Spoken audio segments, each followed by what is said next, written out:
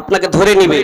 বাঘটাকে যদি পিঞ্জরার ভিতরে ভরা হয় আর আপনি বাঘের পার্শ্বে বারবার যাইছেন, আপনাকে তো নুচবে, আপনাকে তো ধরবে। আপনি যে অস্পাঞ্জরে যাইছেন, টাচ করছেন, আপনার আদত আছে 11 মাস নামাজের টাইমে মুয়াজ্জিনের আজান শুনে আপনি আসেন না, 11 মাস আপনি আপনার ঈমান জাগে না, সেই আদতটা যেন ছুটে যায়।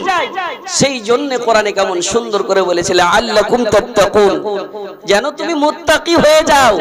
সাইকেলের স্পিড ঘটে গিয়েছে, পাইডিল দিয়েছি আবার স্পিড বেড়ে গিয়েছে, ঠিক তেমনি এই রমজান এসেছে, রমজানকে গনিমত মনে করে আমরা ধোঁকা দিয়ে চলে যাচ্ছি, ধোঁকা দিয়ে চলে যাচ্ছি, গনিমত মনে করি না। কত কত হাদিস আমাদের কানের ওপর দিয়ে গুজরে গিয়েছে, এই দিকে শুনলাম ওই দিকে বের করে আমল কেন করি না। সুবহানাল্লাহ। মনে মনে ভাববেন মাওলানা কিছু কিছু এমন জিনিস মনের ভিতরে জেগে যায়। সম মুয়াজ্জিনের আজান শুনে মনে মনে ভাবছি মসজিদ যাব, কিন্তু এমন দুনিয়ার কিছু কাজ কামে আমি ফেসে যাই যে কাজ কামটা খুব জরুরি হয়ে যায়, সেই কাজ কামের জন্য আমি যেতে পাই না। আমার ছোট্ট বাচ্চা বাড়িতে আমার অসুখ বিসুখ হয়েছে, তাকে ওষুধ খিলেবার সময় এইদিকে মসজিদে জামাত খাড়ো হয়ে গিয়েছে। আপনি মনে মনে ভাববেন কি আমার জমি চাষ করার জন্য আজকে আমি ট্রাক্টরের হাল পেয়েছি, আজকে আমাকে জমি চাষ করতেই হবে। কিছু কিছু কারণ অনুযায়ী আমার ঈমান কিন্তু ডলমল ডলমল করে যায়। মানুষ, তোমার ভিতরে সাবর নাই, তোমার ভিতরে শান্তি নাই, তোমার ভিতরে সবর কেন নাই? মুসিবত আছে, মুসিবতের সময় তোমার ভিতরে কেন সবর নাই? সবচাই সর্বপ্রথম তোমাকে ধৈর্য ধরতে হবে, আমাকে ধৈর্য ধরতে হবে, সবর করতে হবে।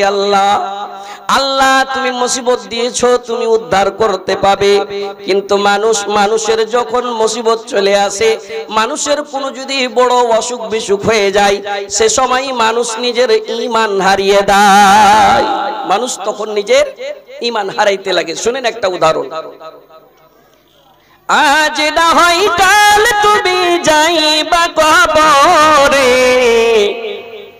যাওয়ার সময় দেখবে যে গো তোমার সবই রইবে পড়ে, যাওয়ার সময় দেখবে যে গো ঘর করলা বাড়ি করলা চলো গাড়ি করে, হঠাৎ আজরাইল সামনে খাড়া গো নিবে কলিজাটা চিরে, কোনো কথা শুনিবে না গো। সুবহানাল্লাহ।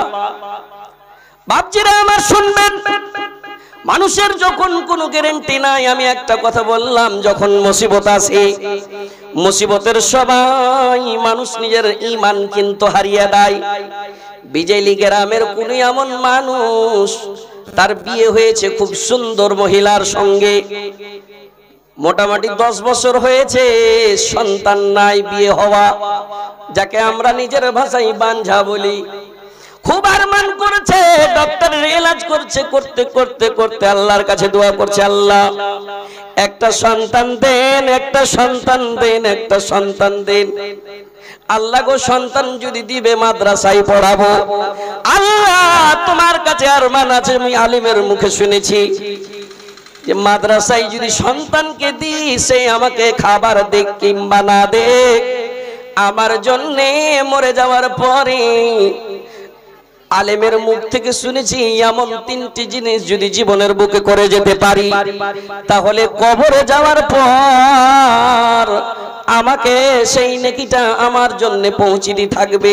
তার ভিতরে একটা হলো কি, আউয়ালাদিন সালিহিন, এমন একটা নেক সন্তান ছেড়ে যাব, নেক সন্তান ছেড়ে যাব যদি আমার জন্য রব্বির হামহুমা কামা রব্বায়ানি সাগীরা বলে দোয়া করবে, আমার কবরে সেই নেকিটা পৌঁছিতে থাকবে।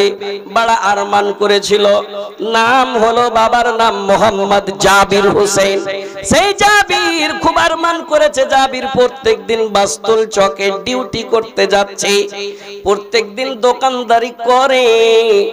হঠাৎ আল্লাহ রাব্বুল আলামিন সেই জাবির এবং তার স্ত্রীর মিলনে 10 বছর পরে একটা সন্তান দিয়েছে।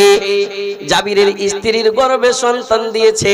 খুব দোয়া করছে, আল্লাহ বেটি হোক কিংবা বেটা হোক, দ্বীনি তালিমের জন্য আমি তাকে মাদ্রাসায় দিব, দ্বীনি তালিমের জন্য মাদ্রাসায় পড়াবো। শুধু একটাই জিনিস, কি? রব্বির হামহুমা কামা রব্বায়ানি সাগীরা দোয়াটা লিবার জন্য আলেমের সম্মান করেছে, কোরআনের সম্মান করেছে, হাদিসের সম্মান করেছে। কেন? ও জানে কি এই দুনিয়া তো কামিয়াবি হবে, আখিরাত তো কামিয়াবি, কবরও কামিয়াবি। যদি কোরআন হাদিস না মানি জীবনে, কি হবে গমির তোর পারে, কবরের মাঝে কি দিবি জবাব রে, কবরের মাঝে কি দিবি জবাব রে, মুনকির নাকিরের তারে।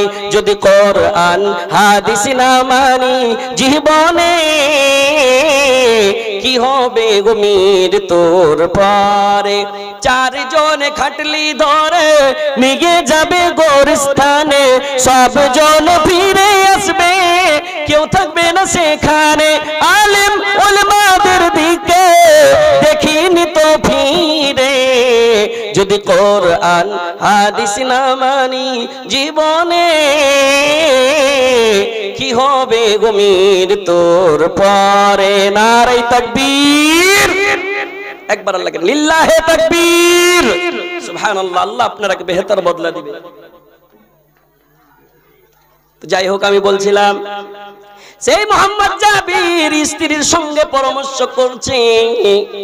আল্লাহ রাব্বুল আলামিন একটা সন্তান দিয়েছেন, নাম রেখেছে কেমন সুন্দর, আব্দুল্লাহ নাম রেখেছে।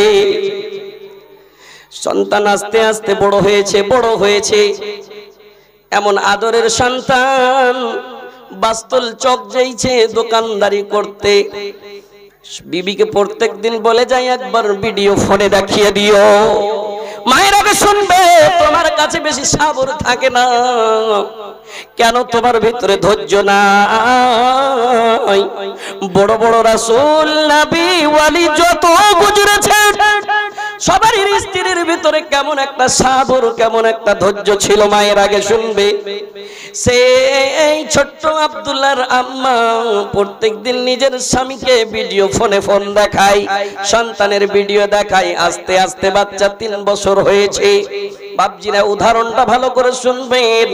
মানুষের ভিতরে যখন মুসিবত চলে আসে, তখন আল্লাহকে বলে কেন ভুলে যায়? বলতে হবে না। সেই দেখেন আব্দুল্লাহর ঘটনা। সেই বাচ্চাটা প্রত্যেকদিন ঘুর ঘুর ঘুর ঘুর করে দাদুর কাছে যায়, বুবুর কাছে যায়, কাকুদের কাছে যায়, মার কাছে যায়, বাবার কাছে যায়। আব্বু আব্বু বলে ফোনটা ধরে। আল্লাহ রাব্বুল আলামিন কেমন নীলাখালা মানুষ, তোমারও কোনোদিন কোনো গ্যারান্টি নাই। মানুষ তোমার জীবনের কোনো গ্যারান্টি নাই, কখন তোমার বাটন অফ হয়ে যাবে। জিंदगी का भरोसा नहीं मोमिनो, जितना मुमकिन हो जिक्र खुदा कीजिए। जिंदगी का भरोसा नहीं मोमिनो, जितना मुमकिन हो जिक्र खुदा कीजिए। साथ जाएगा दुनिया से कुछ भी नहीं, उसकी उल्फत में इसको अदा कीजिए। मरने वालों को क्या तूने देखा नहीं, क्या किसी का जनाजा उठाया नहीं, क्या हमें भी इस तरह जाना नहीं।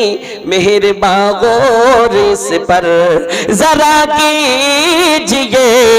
जिंदगी का भरोसा नहीं मोमिनो, जितना मुमकिन हो जिक्र खुदा कीजिए।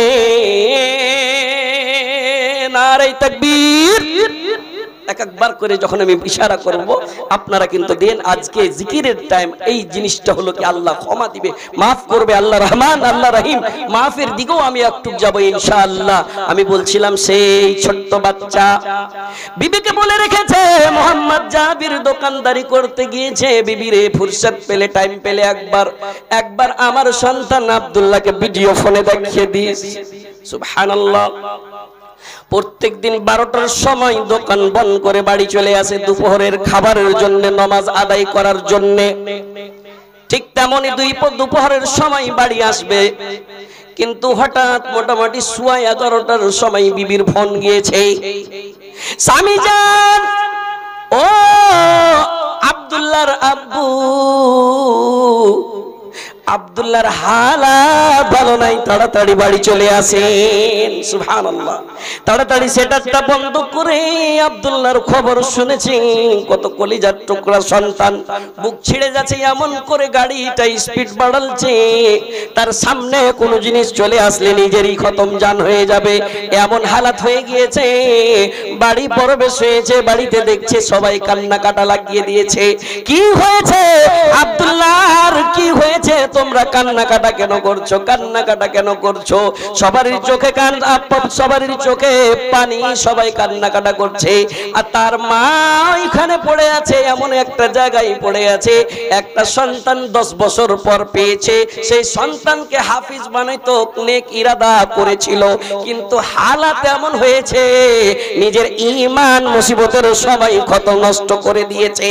সেই কি করছে, আব্দুল্লাহ রে, তোকে হাফিজ বানাতাম, তোর কাছে দোয়া নিতাম, এমন করে কান্নাকাটি করেছে। নিজের চুল দেখা যায়, নিজের আঁচল পড়ে যায়, মাটিতে থাবা দিচ্ছে, গায়ে চুল ছিঁড়ছে, গায়ে মাটিতে হাত থাবা দিচ্ছে।